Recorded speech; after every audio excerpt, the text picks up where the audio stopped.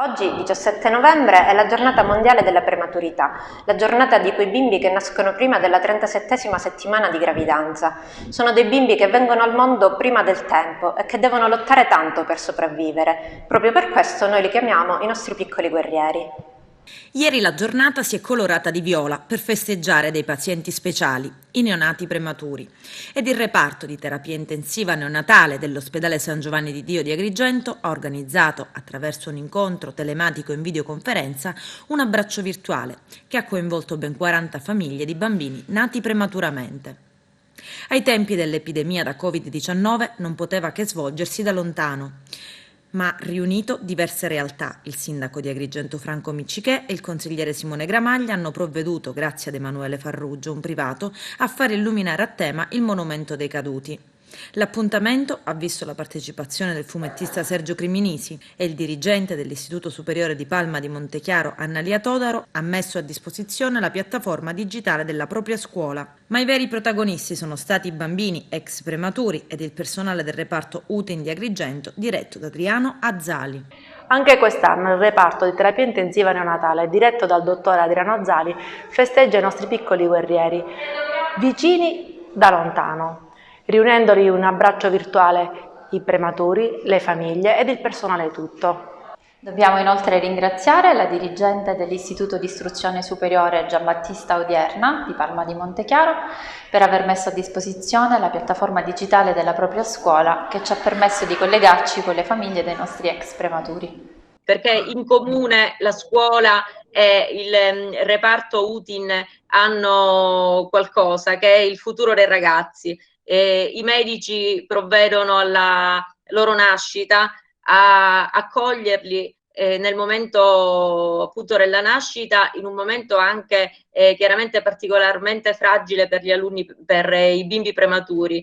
Noi come scuola invece ci occupiamo della loro crescita, quindi c'è questo filo di continuità, per cui la scuola non poteva che accogliere la richiesta che ci è stata presentata dall'equipe del reparto di neonatologia.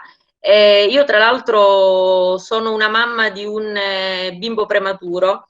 Il mio secondo figlio aveva una voglia incredibile di nascere, ha adesso 17 anni, allora non c'era il reparto di neonatologia ad Agrigento, per cui per ben 2 volte con le doglie mi sono dovuta spostare a Palermo, al Bucchieri La Ferla, perché nel caso appunto di nascita prematura sarebbe stato indispensabile che ci fosse pronto un reparto per accogliere il bimbo.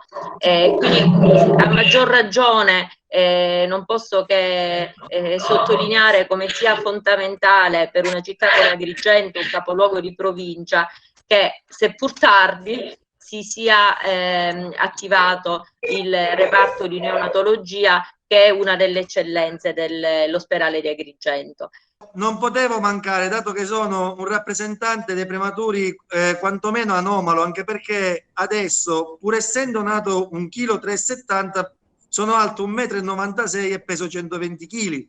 Quindi voglio dire, non è che tutti i prematuri o comunque essere prematuro precluda, ecco, poi uno sviluppo successivo. Voi sapete, nel 76 ancora non erano arrivate, diciamo, le apparecchiature per le ecografie. Mi confermate? Eppure Sì. Io ho una rara foto dell'ecografia che fece la mia madre. Ora io voglio dire a tutti i prematuri che non è vero che si sta male in incubatrice, anzi ho un'altra rara foto di quando io ero in incubatrice, si sta benissimo. È stata una festa a cui hanno partecipato circa 40 famiglie e a cui hanno dato il loro contributo illuminando i monumenti di colore viola, che è il colore della prematurità, i sindaci di Agrigento, Naro, Racalmuto, Aragona, Alessandria della Rocca, Burgio, Lucca Sicola, Villafranca Sicola, Raffadali e Mussomedi. Splendida ed emozionante iniziativa. Io penso, vedo tanti genitori qui che sono protagonisti di questa esperienza. Se avete visto, io stasera ho illuminato di viola il monumento dei caduti alla Villa Bonfigli ad Agrigento. Questo è il minimo che io potevo fare per dimostrarvi la mia vicinanza, il mio sostegno, e per qualsiasi cosa io sono sempre a vostra disposizione. Questa è una grande giornata mondiale della prematurità, e oggi è il 17 di novembre, e coincide peraltro con un periodo un po' negativo, l'emergenza Covid-19 purtroppo non ci permette di fare delle manifestazioni al completo, di essere tutti presenti, di trovarci tutti assieme, di diciamo, abbracciarci, perché ora soltanto un abbraccio virtuale vi posso dare.